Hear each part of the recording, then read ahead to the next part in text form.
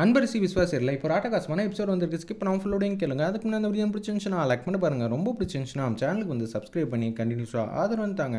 நம்ம அன்பரசி வந்து யோசிச்சிட்டே இருக்காங்க. சரி, அம்மாவை வந்து பார்க்க போயே ஆகணும். கனவுல கண்ட மாதிரி எதுவும் வந்துருச்சுன்னா என்ன பண்ணுறதுங்கிற மாதிரி யோசிச்சுட்டு இருக்காங்க. அப்போன்னு பார்த்து ஒரு பொருள் நெளிச்சிக்கிட்டு இருக்கிற பொருள் வந்து சிவகாமியோட அசிஸ்டண்ட் வந்து உள்ளே விட்டுட்டாங்க. பெட்டுக்கு பக்கத்தில் வந்து நின்றுட்டே இருக்குது. நம்ம கஸ்தூரியை வந்து பார்த்துக்கிட்டே இருக்குது அந்த இடத்துல. அப்போன்னு பார்த்து என்ன இவ வேற வந்துகிட்டு இருக்கா, கஸ்தூரியோட பொண்ணு, நம்மளால் என்ன பண்ண முடியும் சொல்லி பாட்டத்தின் உச்சத்தில் இருக்காங்க அந்த இடத்துல சிவகாமியோட அசிஸ்டண்ட். கதவை தட்டலான்னு பார்க்குறாங்க. நம்ம அன்பரசி பார்த்து கதவை தட்டினதை பார்த்தா நம்ம இந்த காஸ்டியூமில் இருக்கிறத பார்த்தா நிச்சயம் வந்து பிரச்சனையாக தான் ஆகும். ஏன் போகிற, எதுக்கு போகிறேன்னு அம்மா வந்து துருவி துருவி கேள்வி கேட்கும். ஜன்னல் வழியா அம்மா பக்கத்தில் எதுவும் இருக்கா இல்லையான்னு பார்க்கலான்னு சொல்லிட்டு ஜன்னல் பக்கத்தில் போகிறாங்க. அச்சோ, ஜன்னலை திறந்து பார்த்தா நம்ம மாட்டிப்போமேன்னு சொல்லி அந்த இடத்துல ஜன்னலை சாத்திட்டு பக்கத்தில் ஒரு சந்து இருக்குது, சந்துக்குள்ளே வந்து ஒளிஞ்சிக்கிட்டு இருக்காங்க. பயந்துக்கிட்டே இருக்காங்க. பார்த்தா ஜன்னல் வந்து சரியாக வந்து திறக்க முடியல. கஸ்தூரி பக்கத்தில் அந்த பொருள் வந்து இருந்துக்கிட்டே இருக்குது. அப்போன்னு பார்த்து ஜன்னலை வந்து வேகமாக வந்து திறந்தோன்னு வந்து நல்ல சவுண்டு கேட்டுருச்சு. ஒன்றை வந்து கஸ்தூரி வந்து பயந்துக்கிட்டு போர்வையை வந்து அது மேலே தூக்கி போட்டுட்டாங்க. செம்மையாக இருந்துச்சுன்னே சொல்லலாம் அந்த சீன்லாம். ஒன்று அவங்க வந்து யோசிச்சுட்டு இருக்காங்க, என்னது இந்த நேரம்னு பார்த்து சத்தம் கேட்குதுன்னொன்னே ஜன்னலை பார்க்குறாங்க. திருப்பி ஜன்னலை வந்து சாத்திடுறாங்க. அம்மாவுக்கு பக்கத்தில் எந்த பிரச்சனையும் இல்லை, நம்மளோட கனவு தான் அப்படி இருந்திருக்குன்னு சொல்லிட்டு குடுகுடுன்னு வெளியில் வந்து வந்துடுறாங்க. அப்போன்னு பார்த்து கஸ்தூரி வந்து கதவு கிட்டே நிற்கிறப்ப அந்த பொருள் வந்து போர்வையை தாண்டி வெளியில் வந்து வந்துடுது. கரெக்டாக கஸ்தூரி கிட்டே வரலான் இருக்கிறப்ப அவங்க கதவை திறந்துட்டு வெளில போயிட்டு கதவை வந்து சாத்திடுறாங்க. கதவு பக்கத்தில் தான் வந்து அதை உசு உசுன்னு சவுண்டு கேட்டுட்ருக்கு. என்னடா அது சத்திய சோதனையாச்சேங்கிற மாதிரி அது வந்து யோசிச்சுட்டு வெளியில் போகிறதுக்கு பாதை எதுவும் இருக்குமான்னு சொல்லி பார்த்துக்கிட்டே இருக்கு. ஆனால் பாதை வந்து கண்டுபிடிக்க தெரியாமல் தடுமாற்றத்தில் வந்து இங்கே இங்கேயும் சுற்றிட்டு இருக்கு. உச்சக்கட்ட கோவத்தில் இருக்குன்னே சொல்லலாம் அந்த பொருள். அந்த இடத்துல மஞ்சு கிட்ட வந்து நம்ம அன்பரசி ஏதாவது வந்து இறக்குமுனக்கு பண்ணி எங்கேயாவது போயிட்டாளா, இல்லாட்டி சிவகாமி அனன்யா இவங்கெல்லாம் சும்மா இருக்க மாட்டாங்க. இவங்க 2 பேர் சும்மா இருந்தாலும் மங்கா வந்து சும்மா இருக்க மாட்டா. அதனால காலையில் கல்யாணம்னா நம்ம தான் பக்கத்துலேருந்து பார்த்துக்கணும்னு சொல்லி மஞ்சு ரூமுக்கு வேக வேகமாக ஓடுறாங்க.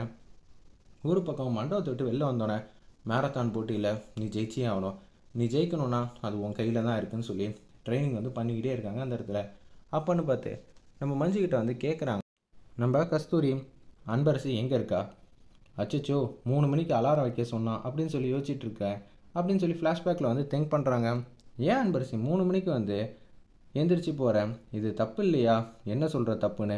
இந்தியா அளவில் வந்து ஏகப்பட்ட பேர் இந்த ஒலிம்பிக்கில் வந்து கலந்துக்கணும்னு ஆசை உள்ளவங்களாம் இந்த போட்டியில் வந்து கலந்துப்பாங்க.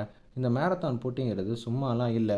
மேரத்தான் போட்டினா குதிரை ஏன் ஆஸ் பவர்னு சொல்கிறோம் தெரியுமா, குதிரை மாதிரி வேகமாக ஓடுறதுக்கு யாராலையும் முடியாது. அதனால தான் வந்து ஆஸ் பவர்னு நம்ம எல்லோரும் வந்து சொல்லிகிட்டு இருக்கோம். நிச்சயம் நான் வந்து ஜெயிக்கணும்னா குதிரை மாதிரி நான் வேகமாக வந்து ஓடணும். அதுக்கு நான் 3 மணிக்கு எழுந்துச்சி ட்ரெயின் பண்ணால் தான் உண்டு. இந்த போட்டி இந்த பணத்துக்காக ஏகப்பட்ட பேர் ஆசை கனவுகளோட ஒரு 50 பேர் டேலண்டான ஒரு பீப்புளெலாம் உள்ளே வந்து விளையாட வந்தாங்கன்னா என்ன ஆகுறது, அவங்கள நான் ஜெயிக்க முடியுமா, சத்தியமாக முடியாது. ஏகப்பட்ட வாட்டி மேரத்தான் போட்டியில் டாப் 50க்குள்ளே வந்தாலே பெருசுன்னு சொல்லுவாங்க. இன்னொன்று சில பேர் வந்து இந்த லெவலை முடித்து லாஸ்ட்டாக வந்தாலும் பெருசுன்னு சொல்லுவாங்க. இப்போ நான் ஜெயிக்கணும்னா எந்த அளவுக்கு வந்து ட்ரெயின் பண்ணணும், நான் ஓடணும், எத்தனை கிலோமீட்டர் வந்து இந்த ஸ்பீடில் வந்து ஓடிட்டே வந்தால் தான் என்னால் ஃபினிஷிங் லெவல் கொண்டு வர முடியும். அப்படி இருக்கும்போது என்னோடய ஸ்டாமினா எல்லாமே வந்து ஓட்டப்பந்தயம்லாம் இல்லைம்மா, 500 மீட்டர்னா சல்லுன்னு ஓடி ஜெயிச்சிடலாம், அது ஒரு பெரிய விஷயம் இல்லை. மேரத்தானில் எங்கள் ஸ்டாமினா இருக்குது, அதுதான் வந்து சோதித்து பார்க்கக்கூடிய கேமு. அந்த கேமை வந்து ஜெயிக்கணும்னா வலி வேதனை எல்லாத்தையும் கடந்து வந்து ஜெயிக்கணும். அதெல்லாம் சொன்னால் உனக்கு புரியாது. ஓ இவ்வளோ இருக்கான் பரிசு அப்படின்னு சொல்லி இது எல்லாம் யோசிச்சு பார்த்துட்டு தான் 3 மணிக்கு அலாரம் வச்சோன்னே அவங்க மட்டும் போயிட்டாங்க. இப்போ கஸ்தூரி அம்மா வந்து கேட்டால் நான் என்ன சொல்லுவேன்னு சொல்லி யோசிச்சுட்ருக்காங்க. அந்த இடத்துல பார்த்தா கஸ்தூரியை வந்து கேட்குறாங்க. அந்த இடத்துல இப்போன்னு பார்த்து நான் என்ன சொல்லி சமாளிக்கிறேன்னு தெரியலையேங்கிற மாதிரி யோசிச்சுட்ருக்கப்ப ட்ரைனிங் முடிச்சுட்டு அவங்களே வந்து சல்லுன்னு வந்துட்டாங்க. என்னடி நீ இங்கே வந்துட்ட அப்படின்னு சொல்லி கேட்கும்போது, அம்மா நான் வெளியில் வந்து சும்மா காத்தோட்டமாக போயிட்டு இருந்தேன், ட்ரைனிங்க்கு தாம்மா போனேன் அப்படின்னு சொல்கிறாங்க.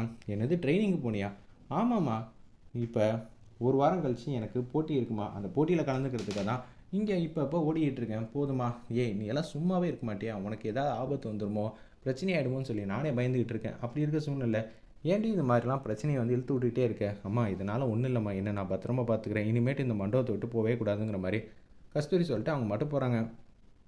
இதில் என்ன காமெடி ஆயிடுச்சுன்னா அந்த ரூமுக்குள்ளே அந்த பொருள் இருக்குன்னு சொன்னல அந்த இடத்துக்கு வந்து சிவகாமி மகா வந்து நிற்கிறாங்க.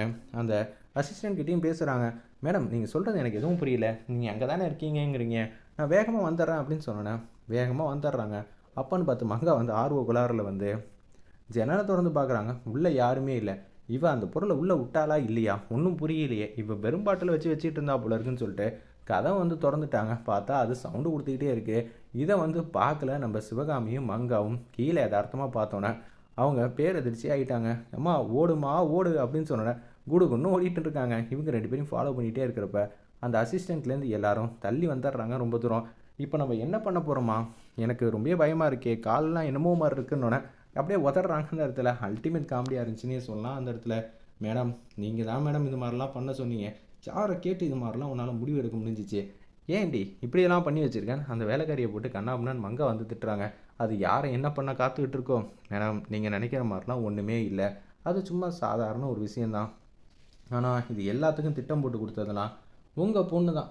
அச்சச்சோ, என் பொண்ணு அது மாதிரிலாம் திட்டம் போட்டு கொடுத்தா இப்போ என்ன பண்ணுறது, இது எல்லாம் அந்த என்னோட மொட்டை பாஸுக்கு தெரிஞ்சிச்சுன்னா எனக்கே பிரச்சனையாயிடும் மேடம் அப்படின்னு சொல்லிட்டு இருக்காங்க. இப்போ நம்ம என்ன பண்ண போகிறோம் அப்படின்னு சொல்லும்போது அந்த மொட்டை பாஸ்கிட்டேருந்து ஃபோன் வருது. அந்த இடத்துல உன்னை வந்து ஃபோனை வந்து அட்டன் பண்ணிடுறாங்க. நான் திட்டம் போட்டுட்டேன், திட்டத்தை வந்து செயல்படுத்துறதுக்கு மண்டபத்துக்கு ஆள் அனுப்புகிறேன், அவங்கள நல்லபடியாக பத்திரமா பார்த்துக்க சரியா அப்படின்னு சொல்லிடுறாங்க. சரி பாஸ் நான் வச்சிட்றேன், நல்ல வேலை நான் திட்டம் போட்டது எதுவும் தெரியாது, தெரிஞ்சிச்சுன்னா அப்புறம் அவ்வளோதாங்கிற மாதிரி யோசிச்சுட்டு இருக்காங்க. அனன்யா திடீர்னு தூக்கத்தில் வந்து எந்திரிக்கிறாங்க. பார்த்தா ஃபேன் வந்து ஓடல போல இருக்குது. அச்சோ ஃபேனும் ஓடல, இங்கே ஏசியும் இல்லை, எப்படா இங்கே தூங்குறதுன்னு சொல்லிட்டு அந்த பொருளே வந்து எங்கேயாவது ஒரு இடத்துக்கு போகலான்னு தான் யோசிச்சுட்டு இருக்கு. அப்போன்னு பார்த்து இவங்க மெயின் டோரை வந்து திறந்துடுறாங்க. திறந்துட்டு சரி நம்ம ஃபேஸ் வாஷ் பண்ணிட்டு தூங்க போகலான்னு சொல்லிட்டு அப்படியே மூஞ்சி அலம்பத்துக்கு ரெஸ்ட் ரூம் வந்து போகிறாங்க. அப்போன்னு பார்த்து அந்த பொருள் வந்து அனன்யா இருக்கிற ரூமுக்குள்ளே வந்து போயிடுச்சு. வெயிட் பண்ணி பார்ப்போம், அல்டிமேட் காமெடி இருக்குன்னே சொல்லலாம்.